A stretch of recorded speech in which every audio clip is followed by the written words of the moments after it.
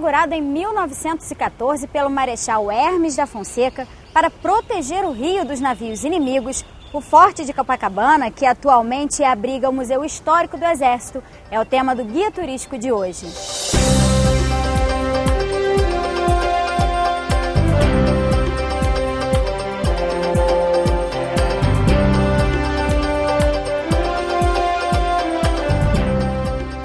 O Forte de Copacabana começou a ser construído em 1908, no local conhecido como Promontório da Igrejinha, onde ficava a Igreja Nossa Senhora de Copacabana.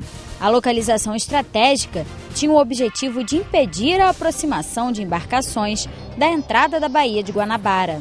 Devido às guerras no início da República, o Marechal Hermes da Fonseca, junto com o presidente Afonso Pena, construíram na ponta da Igrejinha, na ponta de Copacabana, o Forte de Copacabana no ano de 1914, para fechar o cinturão de defesa da Baía de Guanabara, construída para ser a maior praça de guerra da América Latina. E para isso havia necessidade de ter um alto poder de defesa e um alto poder de ataque. Nós temos paredes voltadas para o mar com 12 metros de espessura e nós temos 6 canhões que faziam a defesa da Baía de Guanabara da entrada da capital da República. Dentro do forte, o visitante passa por instalações utilizadas até 1987 para funções de guerra, como as salas de munições, armamentos variados e os canhões, alguns ativos até hoje. Um dos canhões aqui da Fortaleza é o canhão de 75 milímetros.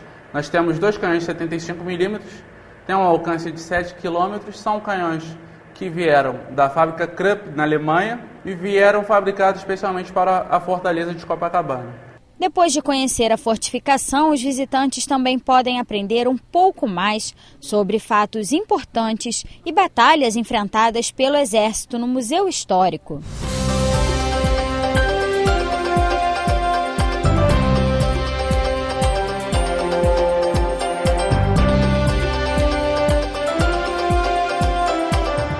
Os fatos mais importantes é desde a criação das fortalezas, elas fizeram parte de algumas batalhas importantes do nosso Brasil, desde a época do Brasil Colônia, e passando também pela expulsão dos holandeses, onde foi a instituição do Exército, a expulsão dos holandeses do Nordeste brasileiro, também da chegada da família real e da Guerra da Independência. E também outro fato importante foi a Guerra do Paraguai, onde o Brasil ele consegue manter a sua totalidade territorial.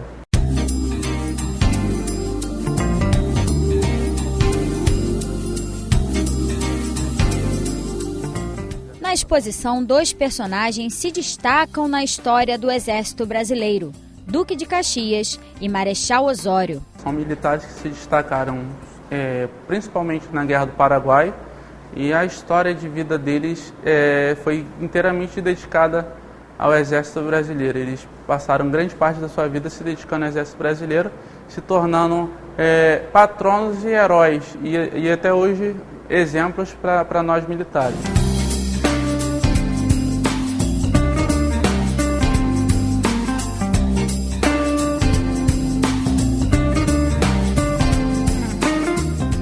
E aqui nós temos alguns destaques sobre as revoltas contra a República no início do século. São as revoltas da Armada e também algumas outras que foram contra a República. Também nós temos a modernização do Exército e também nós temos aqui mais 2 pontos principais, que é a vitrine que fala sobre o Marechal Rondon, que tem um papel fundamental no nosso país, por ele ter sido uma pessoa, um militar que levou a comunicação, levou o telégrafo por todo o norte e nordeste do Brasil, e também por ajudar a mapear o nosso território.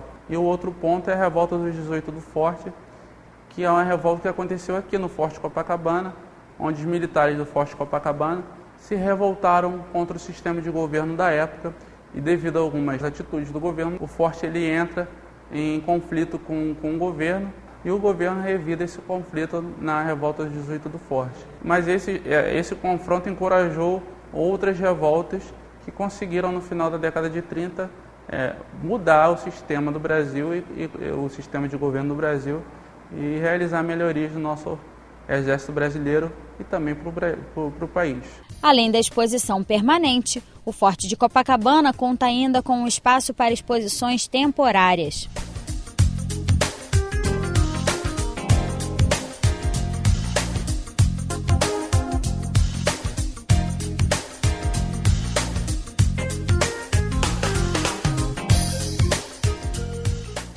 Para conhecer a história do Exército Brasileiro e desfrutar uma das paisagens mais bonitas do Rio de Janeiro, o Forte de Copacabana funciona de terça a domingo, também nos feriados, das 10 da manhã às 6 da tarde, para o funcionamento do Museu Histórico do Exército.